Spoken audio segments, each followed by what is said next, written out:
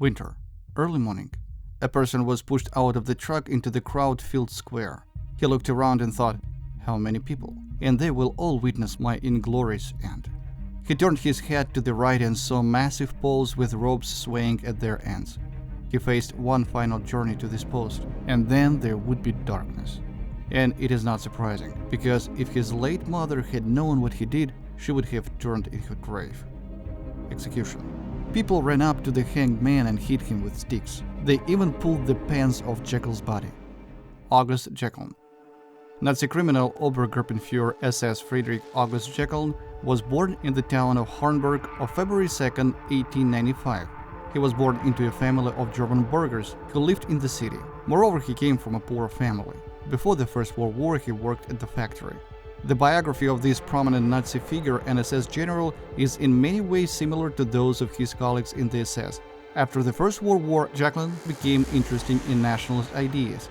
In 1929, he joined the NSDAP. Valuing Jeckeln's zeal, in 1938, Hitler grants him the rank of Gruppenführer and appointed him the Polizeiführer of Central Germany. In June 1941, Jeckeln, already holding the rank of SS Obergruppenführer, was appointed head of SS and police units in the area of responsibility of Army Group South. Here he went into full swing. First mass execution.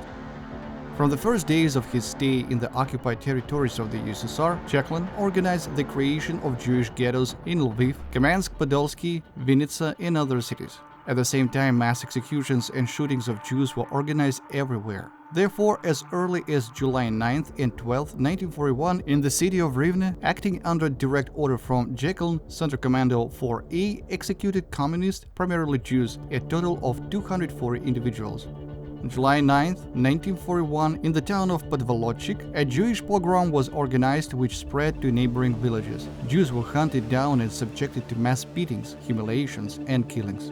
In one of the villages near Podvolodchik, 7 Jewish people were buried alive in the ground. On August 16, 1941, again in Rivne, the security police conducted an operation during which another 300 Jews were shot. On July 16, 1941, an enraged mob in the city of Zaporozhye set fire to a synagogue and brutally killed 50 Jews who came into their grasp. On August 25, 1945, Jeckeln arrived in Berdychov, promptly initiating the purge of the Jewish population, the establishment of a ghetto, and the identification of communists and those sympathetic to the Soviet government. On the very day of arrival in the city, Jeckeln's headquarters company shot 500 people. On September 4, 1945, the young Jews of Berdychov were, so to say, offered to go to agricultural work. More than 1,500 people were gathered. The young people put together food bundles at the suggestion of the Germans who wanted to reduce their alertness, after which all 1,500 people in a column set off on their way, on their last journey. Between the villages of Krasnaya Gorka and Khajin, the fascists orchestrated a horrific massacre, brutally killing young Jews. They killed everyone. On September 15th, the Einsatzgruppen and police, acting openly, surrounded the city's Jewish district and conducted a mass execution, killing 12 more people. Since the beginning of the invasion of Hitler's army into the USSR, Hungary began to send its Jews to the territory of the USSR. A significant portion of Hungarian Jews settled in the city of Kamensk-Podolsky. August 27-28, 1941, the SS Einsatzgruppen, with the support of 320th Police Battalion under the personal command of Jeckeln, carried out a mass execution of Hungarian and Soviet Jews. In 2 days, 24,000 people were shot. 14,000 of them were Hungarian Jews, the rest were locals. Furthermore, they slaughtered everyone without distinction, including men, women, and children. Jeckeln was one of the chief and one of the first organizers of the massacres in Babi Yar. Jeckeln was the one who devised a new technique for mass executions and burials of victims of Nazi atrocities, which he referred to as sardine packing. In a specially dug deep trench, the bodies of the deceased were thrown in, covered with a thin layer of soil, and then the next group of mass execution victims was placed on top, repeatedly layer by layer. Jeckeln stayed in southwestern part of the USSR for a short time, until November 1st, 1941, but left a terrible bloody trail.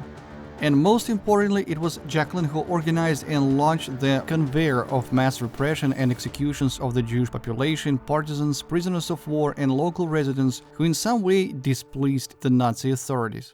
Jeckeln in the Baltics. On December 12, 1941, SS Obergruppenführer Jeckeln received a new appointment, becoming the head of the SS and police in Baltics, which under the occupiers had turned into the Reich Commissariat Ostland. In his new position, Friedrich Jeckeln continued to demonstrate his skills in organizing ghettos, concentration camps, prisoners of war camps, and mass murders. By December 1941, under the direct supervision of Jeckeln, a mass execution of Jews was organized in the Rumbulo forest near Riga. With the active support of the Latvian auxiliary police, known as the Reichskommando, a mass killing of Riga's Jews occurred there. The SS officers and Latvian police then dealt with 25,000 people. According to one of the eyewitnesses of those terrible events, children were not shot but were killed by blows from rifles and pistols grips to the head and were thrown directly into the pit. When they were burying the grave, not everyone was dead yet, and the earth shifted from the bodies of buried children, women, and old people. Jeckeln demanded from his subordinates that women agents, as well as Jews and those who went to serve the Soviets, were treated appropriately. What this meant in the language of the SS General Punisher obviously is clear to everyone: torment, torture, and death by hanging. Reprisals spread throughout the Baltics. Latvia's forests turned into the sites of mass killings. More than 45,000 people died in Bikerneki forest, 13,000 were killed in Andrelini forest and Daugavpils. About 20,000 people were herded into the ghetto, almost all of them perished. In 1942, during a meeting in Letzen, East Prussia, Himmler demanded from Jeckeln to intensify work in the Salaspils concentration camp, located 20 kilometers from Riga. Himmler then said to his subordinate, "We need to cleanse the Baltic region of the inferior race, Lithuanians. After the final victory, it will be necessary to Germanize those Latvians and Estonians who proved themselves in work for the benefit of Germany. Use all the others for work in the Reich. The vacated space we will fill with Germans. The Jews must be cleansed from the Baltics, exterminating every last of them." Subsequently, at the trial, Jeckeln confessed. 2-3 trains with Jews arrived at the Salaspils concentration camp every week. As they arrived, these batches were liquidated. This continued from December 1941 until mid-1942. In each echelon, there were no fewer than 1,000 people. In February-April 1943, Jeckeln led to Operation Winter Magic. The operation was aimed at destroying the partisan movement in the Baltic states and Belarus. The Nazis did not fully succeed in achieving their goals. However, the partisan detachment had a hard time. Some of them were completely destroyed or taken prisoner. The Nazi inflicted brutal reprisals on the captured partisans and underground fighters. By Jeckelin's order, they were brutally tortured, hanged, publicly gathered local residents for the executions. Many villages were completely burned and destroyed by the SS and their collaborators during this operation, many along with their inhabitants. The end of a bloody career. The investigation of Jeckeln lasted for more than half a year. The list and description of the Nazis' crimes were detailed in 20 volumes. At the trial, Jeckeln fully admitted his guilt and even repented. However, this did not help him. At the beginning of 1946, the Tribunal of the Baltic Military District reviewed the case of the 7 Nazi war criminals generals: Jeckeln, Ruf, von Montenton, Kipper, Weather, Pavel, and Colonel Becken. All the named criminals were sentenced by the court to the highest measure of punishment, hanging. On February 3, 1946, the sentence was carried out for all 7. They were executed publicly in the square in the city of Riga. The cadet of the Riga police school, Schneer, who was guarding the execution site, later recalled that people ran up to the hanged and beat their bodies with sticks. Another eyewitness of the execution, Margaris Vostermanis, claimed that Jeckelin's corpse was even stripped of his pants.